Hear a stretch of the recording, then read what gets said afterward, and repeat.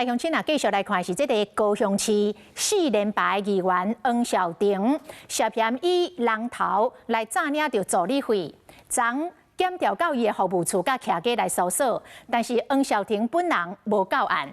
已经失联超过24小时的黄孝庭，拄则发表声明，讲伊是按照着本来的行程来出国。伊接到消息了后，第一时间有主动打电话予检调来讲伊的行程。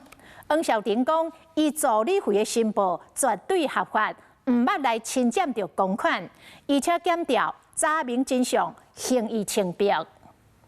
国民党高雄市议员黄孝庭伫咧宁雅区的服务处，一透早无工作人员，敢若伊的老爸前议员黄凤林伫内底。面对媒体，伊真低调。黄孝庭涉嫌用人头诈领助理费，昨早起7点外，检调分工敲找10个所在，查扣一台电脑甲证物。不过有厝边伫咧当日透早5、6点，看到黄孝庭提早一步载行李坐计程车去机场。很早他就门来。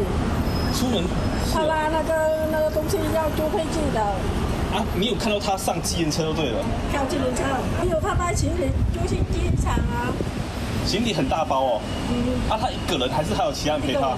我从门口去买菜了，我刚好看到对了。对。检调拢总带走17个人，包括黄孝庭的爸母甲服务处的人员，风声在传，以涉及的金额超过500万。检方表示，经过检察官的讯问，其中6个被告用2万到30万交保，酒姓副主任奉申请羁押，其他10个人，包括伊的爸母，拢总奉请回。这代志超不重要，你出来澄清就好了。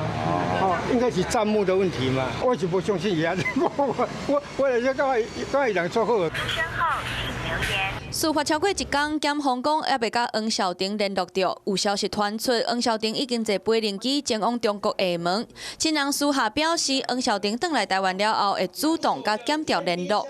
检方呼吁伊就要赶紧出面配合调查，敢会发传票或者是发布通缉，检方保守回应会照法律的规定来办理。Hello， 我是蒋欣梅，想要抢先掌握最及时的新闻资讯吗？赶快订阅、按赞、开启小铃铛，锁定华视新闻 YouTube 频道。